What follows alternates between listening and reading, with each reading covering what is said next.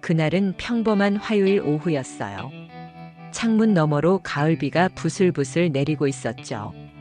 저는 평소처럼 거실 소파에 앉아 뜨개질을 하고 있었어요. 벽에 걸린 시계는 오후 2시를 가리키고 있었고 TV에서는 오후 뉴스가 흘러나오고 있었습니다. 제가 좋아하는 아나운서가 오늘의 날씨를 예보하는 중이었죠. 한 달 전 남편과 사별한 친구 미숙이가 보내준 털실로 손자에게 줄 목도리를 뜨고 있었어요. 올해 5살이 된 손자 민준이는 제 전부와 같은 아이예요. 한 달에 한 번 아들 내외가 민준이를 데리고 와서 하루 종일 놀다 가곤 했죠. 그날도 주말에 있을 민준이 방문을 기다리며 목도리에 손자가 좋아하는 공룡 무늬를 넣어볼까 고민하고 있었어요. 갑자기 휴대폰이 울렸습니다. 낯선 번호였지만 요즘 택배나 배달 전화가 많아서 별 생각 없이 받았죠. 여보세요? 제가 말했어요. 어머니, 저 아들인데요. 수화기 너머로 들리는 목소리는 어딘가 제 아들 수혁이와 비슷했지만 약간 달랐어요. 하지만 통화 상태가 좋지 않은 탓이려니 생각했죠. 수혁아? 목소리가 이상하네. 감기 걸렸니? 아, 네. 조금 목이 아파요. 어머니, 제 휴대폰이 고장나서 친구 것으로 전화드렸어요.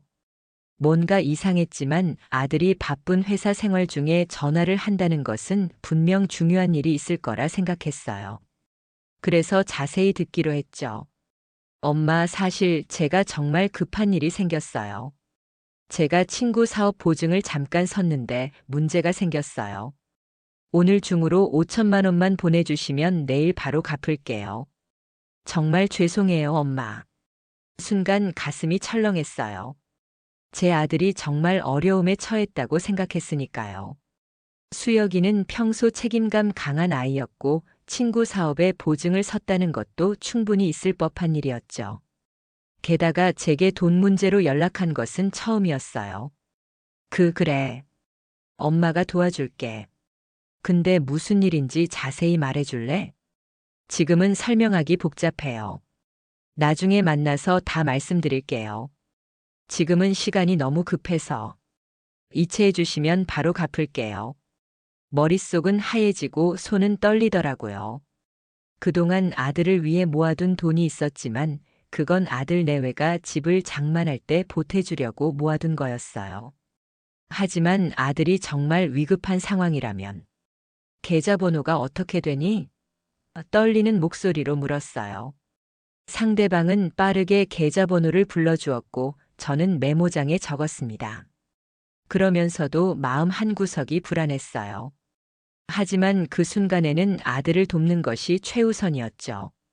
엄마, 중요한 건 오늘 안으로 보내주셔야 해요. 지금 바로 은행에 가셔서 보내주실 수 있죠? 제발요. 그래, 알았어. 엄마가 지금 바로 은행에 갈게. 전화를 끊고 정신없이 옷을 갈아입었어요. 비가 오는 날씨에 우산을 집어들고 통장과 도장을 가방에 넣었습니다. 집을 나서는 순간 평소 같았으면 이웃집 할머니와 인사를 나눴겠지만 그날은 그럴 여유조차 없었어요. 위기의 순간 그와의 첫 만남. 비를 맞으며 버스 정류장으로 서둘러 걸어갔어요. 가는 내내 아들 생각에 마음이 무거웠죠. 내가 평소에 더 관심을 가져줬어야 했나? 아들이 무슨 어려움이 있었는데 내가 몰랐던 걸까? 자책하는 마음도 들었어요. 20분 정도 버스를 타고 동네 은행에 도착했습니다. 은행 안은 평일 오후라 그런지 손님이 제법 많았어요. 번호표를 뽑고 기다리는 동안에도 계속 초조했죠. 마침내 제 번호가 호명되었고 창구로 향했습니다. 안녕하세요. 어떤 업무를 도와드릴까요? 창구 직원이 물었어요. 저 돈을 이체하려고요. 5천만 원을. 저는 떨리는 손으로 통장과 도장을 꺼냈습니다. 네, 그럼 출금 전표 작성 부탁드립니다. 요즘 보이스피싱이 많으니 혹시 급하게 큰 돈을 보내시는 거라면 한 번 더 확인해 보시는 게 좋을 것 같아요. 직원의 말에 순간 망설였지만 아들의 간절한 부탁이 떠올랐어요. 아들이 위험에 처해 있는데 지금 의심하고 있을 시간이 없어. 아니에요. 제 아들이 급해서 그래요. 빨리 부탁드려요. 전표를 작성하면서도 손이 떨려 글씨가 삐뚤어졌어요. 그때였습니다. 이봐요. 지금 그런 큰 금액을 갑자기 출금하시는 이유가 뭐죠? 제 옆에 앉아있던 남성의 목소리가 들렸어요. 돌아보니 차분한 눈빛에 깔끔한 정장 차림의 67쯤 되어 보이는 신사분이 저를 걱정스럽게 바라보고 있었어요. 죄송하지만 제가 왜 당신에게 설명해야 하죠? 처음엔 낯선 사람이 왜 끼어드나 싶었거든요. 실례했습니다만 제가 방금 우연히 들었는데요. 혹시 아드님에게서 갑자기 전화가 와서 급히 돈을 보내라고 하지 않았나요? 그 말에 놀라 그분을 빤히 쳐다봤어요. 어떻게 알았지? 내 통화를 엿들었나? 하지만 그분의 표정은 진심으로 걱정하는 기색이 역력했습니다. 네, 맞아요. 어떻게 아셨죠? 아드님 본인 전화로 전화가 온 게 아니라 다른 번호로 왔죠? 그리고 목소리가 평소와 조금 달랐을 거예요. 그 말에 정말 깜짝 놀랐어요. 정확히 그랬거든요. 제가 경찰서에서 퇴직했는데 이런 수법은 전형적인 보이스피싱입니다. 지금 당장 아드님 본인 전화로 다시 확인해 보세요. 그 순간 정신이 번쩍 들었어요. 남자분의 단호한 말투와 진지한 눈빛이 제게 확신을 주었거든요. 떨리는 손으로 아들의 진짜 번호로 전화를 걸었죠. 여보세요? 엄마, 무슨 일이세요? 수혁이의 익숙한 목소리가 들렸어요. 수혁아, 너 지금 어디야? 회사에 있죠. 오늘 중요한 미팅 있다고 말씀드렸잖아요. 왜요? 무슨 일 있으세요? 목소리가 이상하네요. 그 순간 온몸에 식은땀이 흘렀어요. 아들은 멀쩡히 회사에서 일하고 있었고 제게 돈을 요청한 적도 없었던 거예요. 제가 평생 모은 돈을 사기꾼에게 보낼 뻔했던 거예요. 아, 아니야. 그냥 생각나서. 미팅 잘하고. 차마 사실을 말할 수 없었어요. 아들이 걱정할까 봐요. 전화를 끊고 주저앉듯 의자에 앉았어요.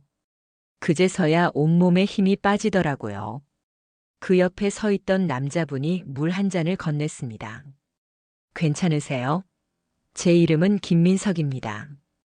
경찰서에서 30년 근무하다 작년에 퇴직했어요. 그렇게 저는 민석 씨를 만났습니다. 그날 그분은 저와 함께 경찰서까지 동행해서 신고하는 것을 도와주셨어요. 제가 받은 전화번호와 계좌번호를 경찰에게 제공하는 과정에서도 꼼꼼하게 챙겨주셨죠.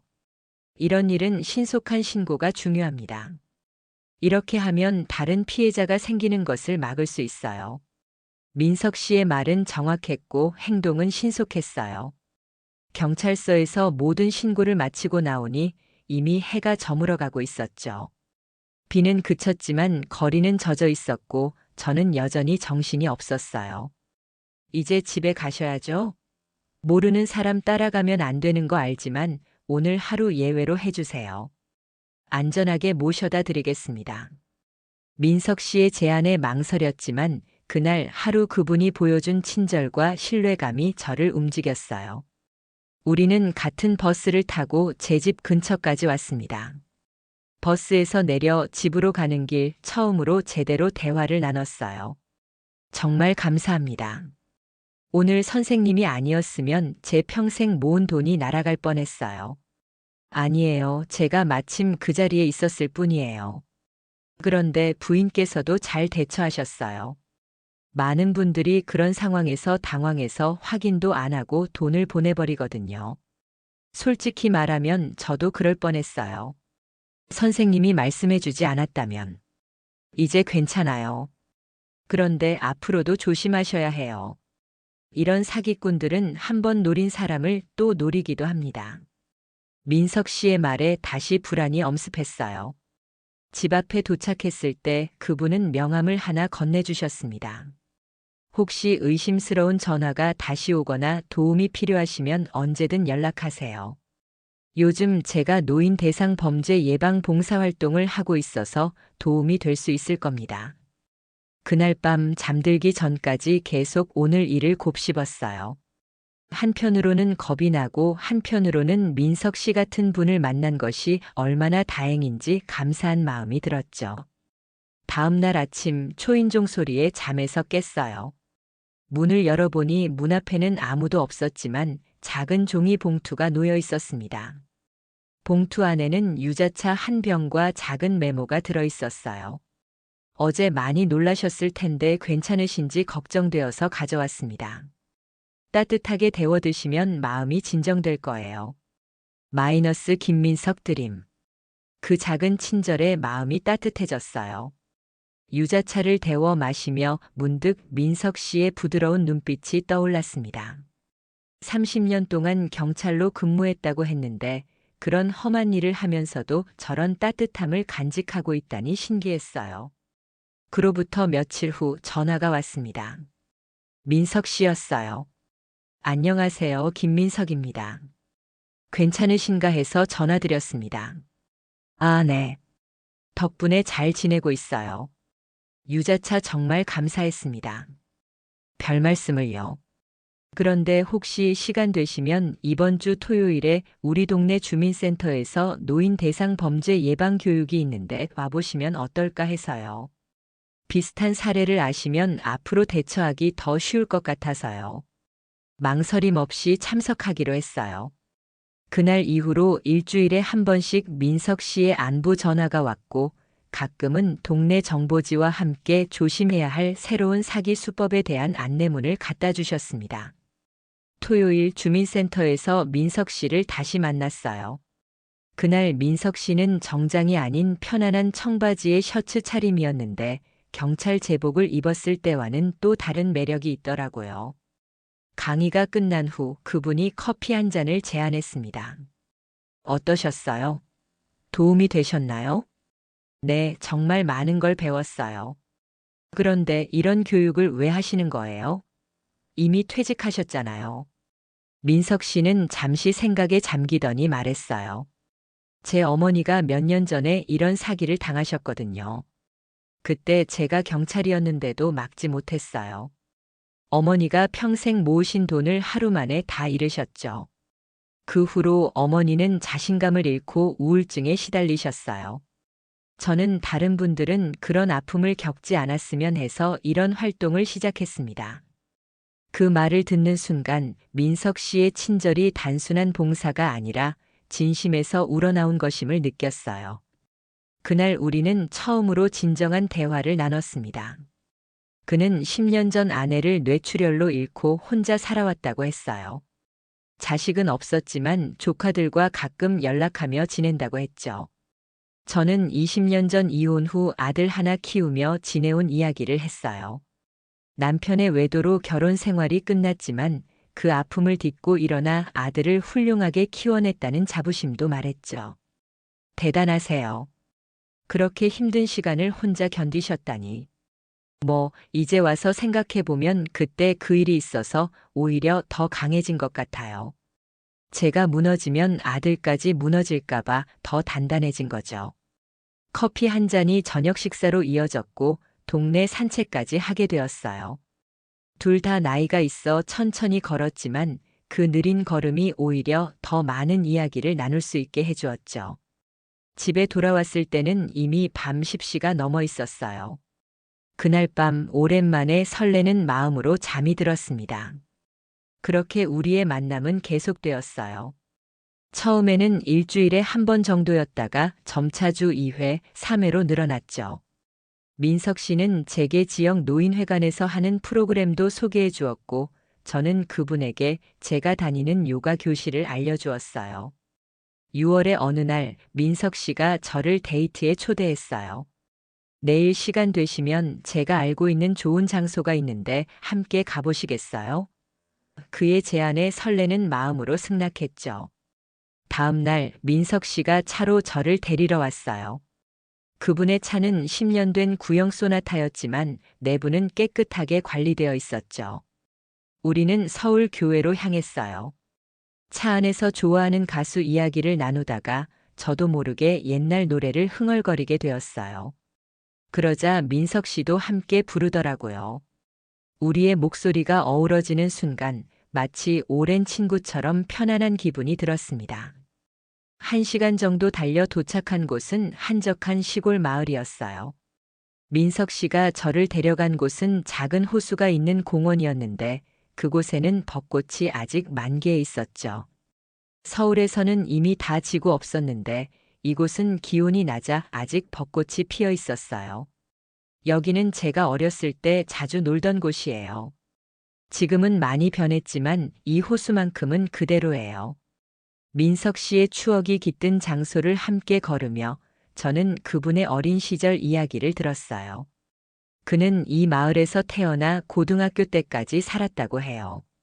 그리고 서울로 상경해 경찰 시험을 보고 평생을 서울에서 살았지만 가끔 이곳에 와서 마음을 정리한다고 했죠.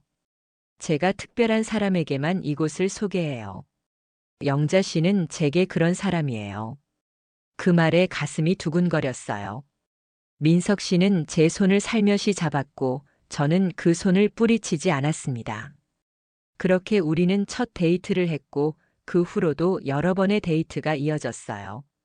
7월이 되자 민석 씨는 제게 더 많은 시간을 함께 하자고 제안했어요.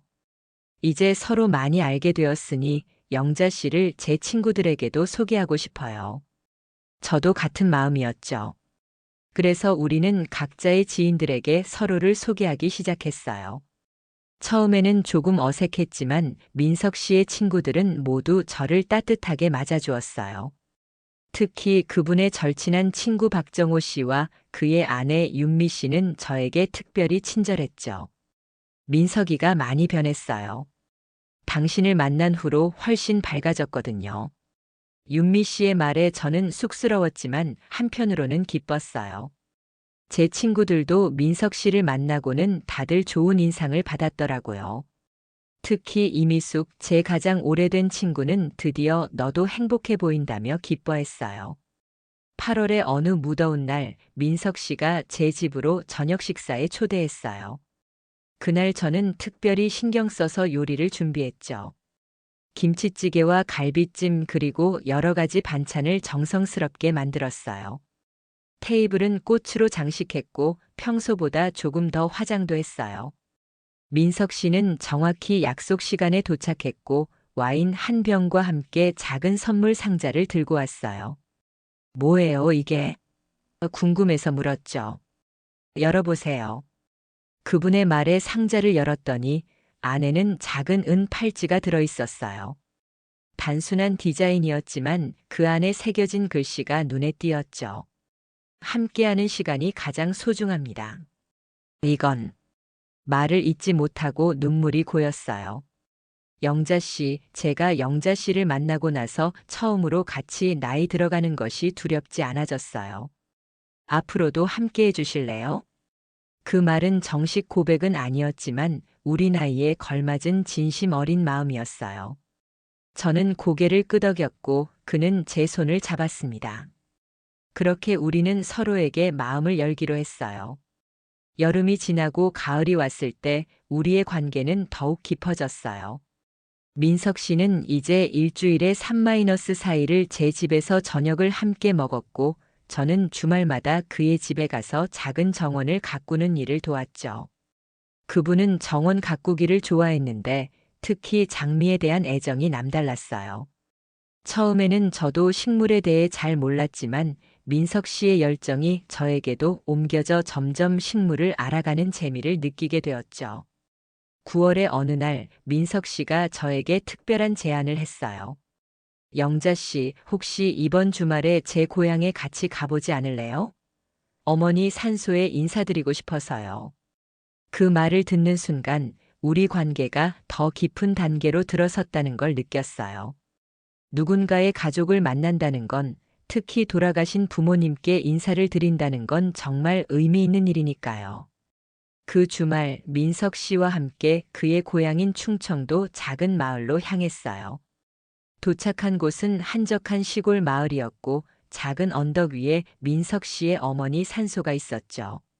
민석 씨는 정성스럽게 산소를 돌보고 어머니께 저를 소개했어요.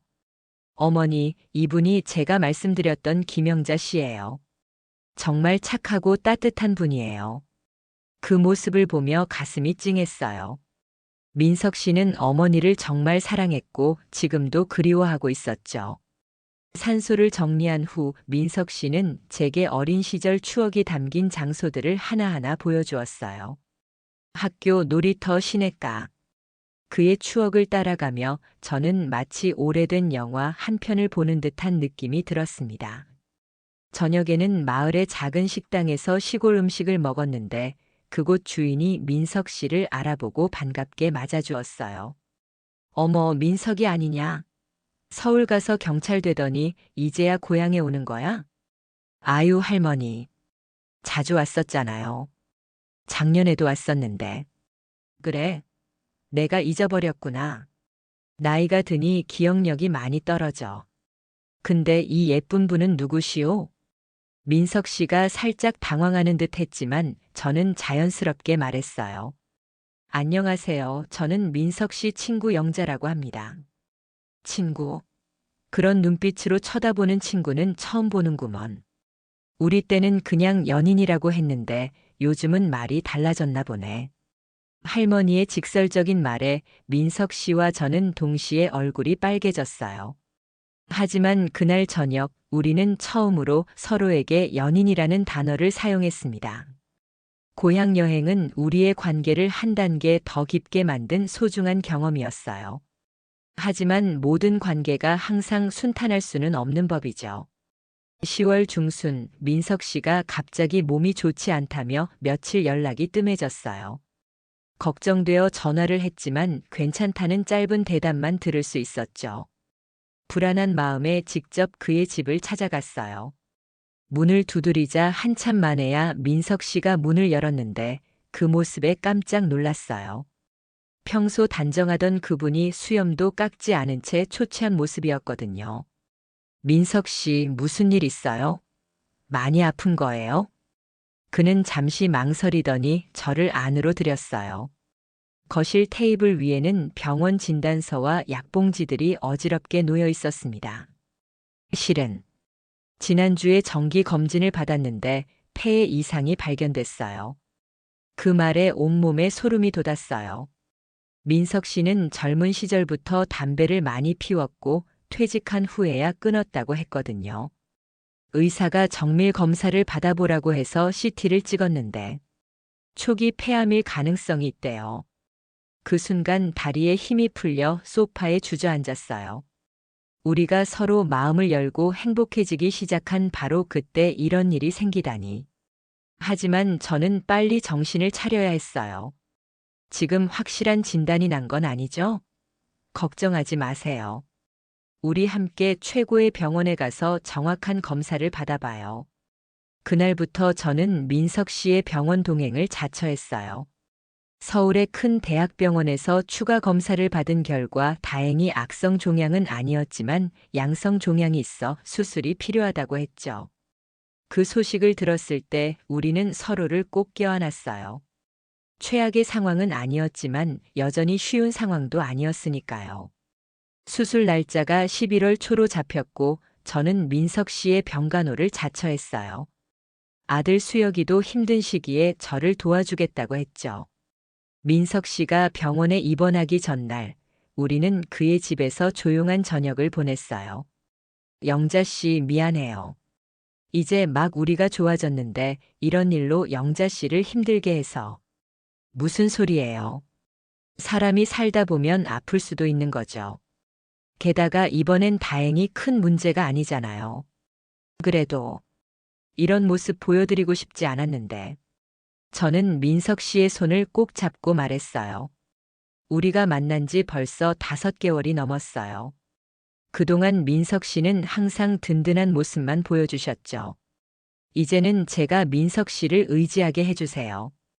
그게 진짜 서로를 아끼는 거 아닐까요? 민석 씨의 눈에 눈물이 고였어요. 그날 밤 우리는 서로의 손을 꼭 잡은 채 잠이 들었습니다. 다음 날 병원에서의 수술은 성공적이었어요. 의사는 종양을 완전히 제거했고 예후도 좋을 것이라고 했죠. 민석 씨는 일주일간 입원 후 퇴원했고 저는 그가 완전히 회복할 때까지 매일 그의 집을 오가며 돌봤어요. 그 시간 동안 우리는 더욱 가까워졌어요. 위기는 오히려 우리의 사랑을 더 단단하게 만들었던 거죠. 겨울이 시작될 무렵 민석 씨는 거의 건강을 회복했고 우리는 앞으로의 시간에 대해 더 진지하게 생각하기 시작했습니다. 연말이 다가오면서 저와 민석 씨는 새해를 어떻게 맞이할지 이야기했어요. 그리고 12월의 마지막 날, 눈이 내리는 저녁, 민석 씨가 제게 작은 상자를 건넸습니다. 영자 씨, 새해를 앞두고 드리고 싶은 게 있어요. 상자를 열어보니 아름다운 반지가 들어있었어요. 화려하진 않지만 작은 다이아몬드가 반짝이는 우아한 반지였죠. 이건 결혼 반지까지는 아니지만 약속의 의미로 드리고 싶었어요. 늦은 나이에 사랑을 말하는 게 우스울 수도 있지만 남은 인생 영자 씨와 함께하고 싶습니다. 올해로 저와 민석 씨가 만난 지 벌써 2년이 넘었어요. 지금 우리는 서로의 습관과 취향을 완벽히 이해하고 때로는 말없이도 서로의 마음을 읽을 수 있게 되었죠. 인생의 가장 어두운 순간에 만난 사람이 제 인생의 마지막 로맨스가 될 줄이야. 참 신기한 일이에요. 얼마 전 동네 노인정에서 보이스피싱 예방 교육을 할 때였어요. 민석 씨가 전문적인 설명을 하고 제가 실제 경험담을 이야기하는 방식으로 진행했죠. 한 할머니께서 질문하셨어요. 아이고, 참 잘 어울리는 부부네. 어떻게 만나셨어요? 민석 씨와 저는 서로를 바라보며 웃었어요. 우리의 만남은 결코 로맨틱한 영화 같은 시작이 아니었지만 그래서 더 특별하다고 생각했거든요. 저희는 위기의 순간에 만났어요. 제가 보이스피싱을 당할 뻔했는데 이분이 구해주셨죠. 아이고, 영화에 나올 법한 이야기네. 모두가 감탄했지만 사실 우리의 진짜 이야기는 그 만남 이후에 있었어요. 서로를 알아가고 이해하고 받아들이는 과정. 그리고 서로의 부족함과 약점까지도 사랑하게 되는 시간들이 있었으니까요. 지금 우리는 작은 아파트에서 함께 살고 있어요. 아침마다 민석 씨가 끓여주는 된장국으로 하루를 시작하고 저녁엔 제가 담근 김치로 식탁을 채웁니다. 주말이면 함께 등산을 가거나 동네 노인정에서 보이스피싱 예방 강의를 하기도 해요. 제 경험담이 다른 분들에게 도움이 된다니 그 또한 행복입니다. 얼마 전에는 수혁이네 가족과 함께 제주도 여행을 다녀왔어요. 손자 민준이와 손녀 가연이는 이제 민석 할아버지에게 완전히 마음을 열었고 특히 민준이는 나도 커서 민석 할아버지처럼 경찰이 될 거야 라고 말하곤 하죠. 그럴 때마다 민석 씨의 얼굴에 떠오르는 미소가 얼마나 아름다운지 몰라요. 인생은 참 예측할 수 없는 것 같아요. 제가 가장 위기의 순간에 만난 사람이 제 인생의 마지막 로맨스가 될 줄이야. 이제 우리에게 남은 시간이 10년이든 20년이든 하루하루를 소중히 여기며 살고 있습니다.